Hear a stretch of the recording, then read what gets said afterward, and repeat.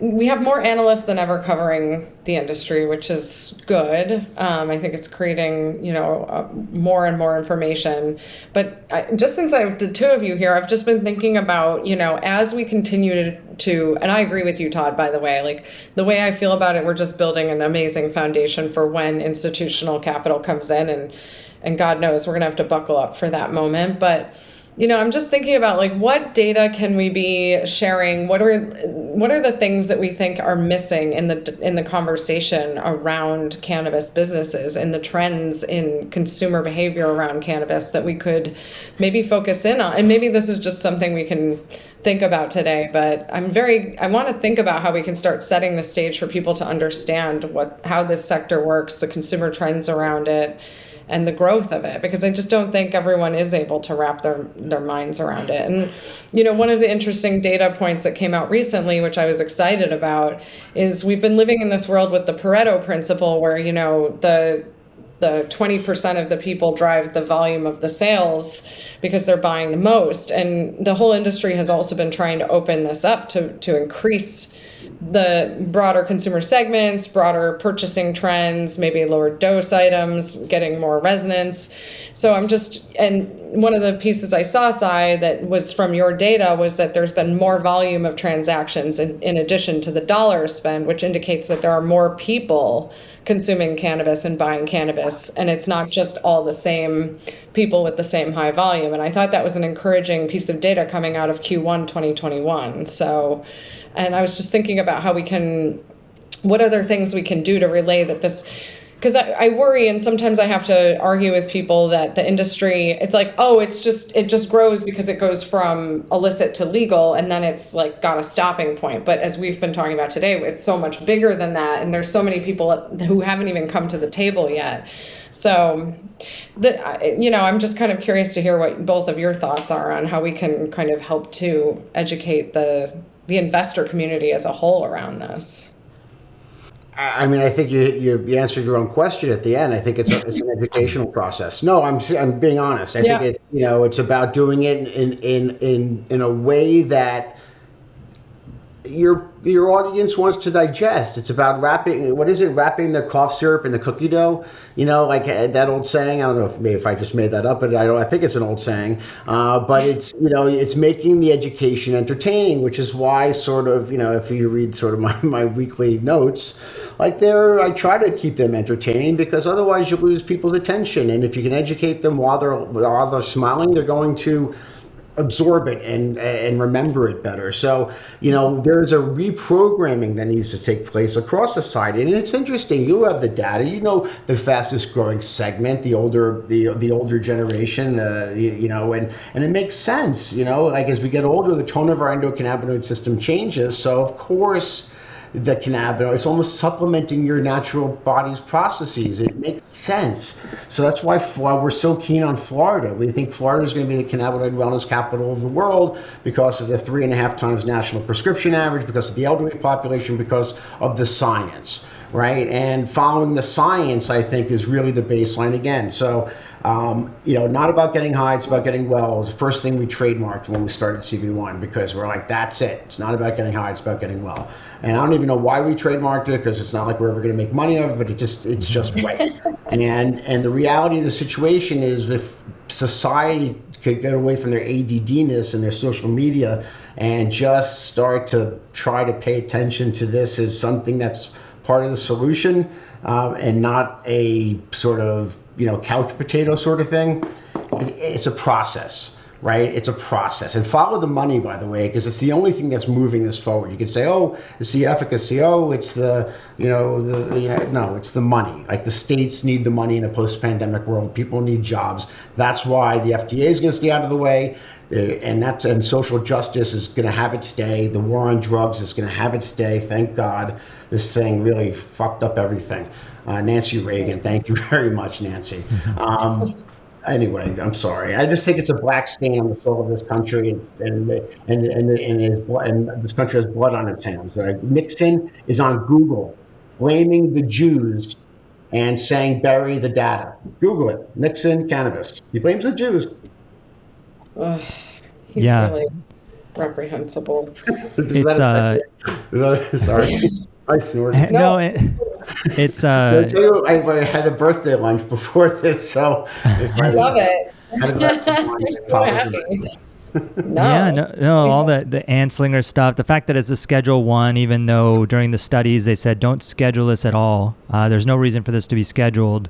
It's They didn't know insane. what It's insane. marijuana was. That was the slang word. They were already using Right. cannabis across society for so many different reasons.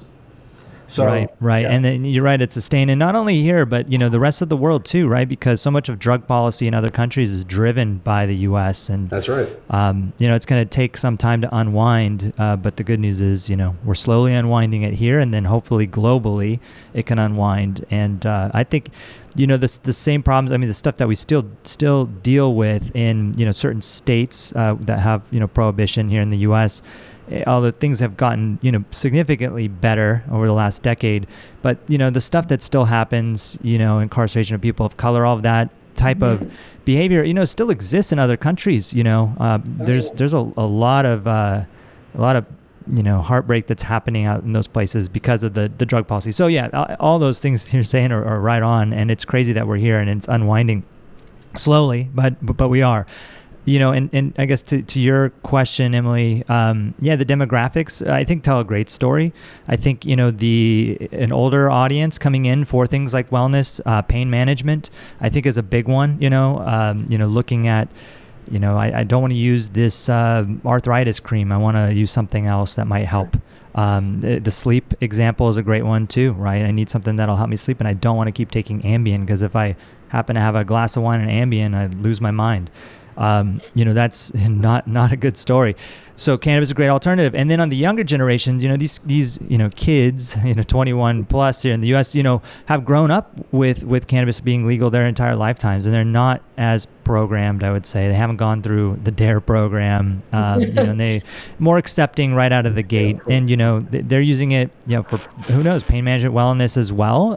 It's certainly recreationally as well too. I think that's what's so interesting, is that, why we call it adult use is it encapsulates so many different use cases, right?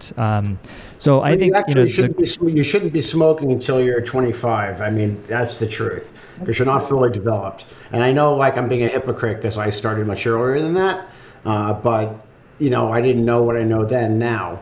And the reality, I tell I have twin 17-year-olds now and then. Not that they listen to me, but I basically say every time that you would use cannabis, and one of them is an athlete, doesn't. And I'm not saying the other one does. I'm not saying that. It's Islam. But all I'm saying is, what I tell them is, if you were to use cannabis, it's like taking the day off of developing. So have fun, but just if you do it every day, expect to be your size forever. Which is really true. And I don't think they believe me. But as you get older, again, as the tone of your endocannabinoid system changes, paradoxically, it becomes much better for you. And I think that's the part of the story that a lot of people are missing. Yeah, that's true. And this is where, like, the science comes in, studying it, the stuff that's been so hard to do over time. But yeah, it's important that people are mindful of that. I think that the other thing, another good narrative for growth, is just the categories and the types of products and the innovation that's coming to these products. And when you mentioned not smoking, Todd, I think you mentioned, like, literally not consuming cannabis, not necessarily. Smoking, is a whole another can of worms, right? Just like cigarette smoking, smoke in general, combustion. And there are, like, although flower is still the top selling category, there's ways to consume flower that's not smoking, right? Vaporizing and so on. But these other formats, I think there's a lot of exciting innovation that's happening in things like edibles, like with fast onset edibles, and kind of this trajectory from 100 milligram single serving product to these 10 milligrams to 5 to 2.5 to now, fast onset.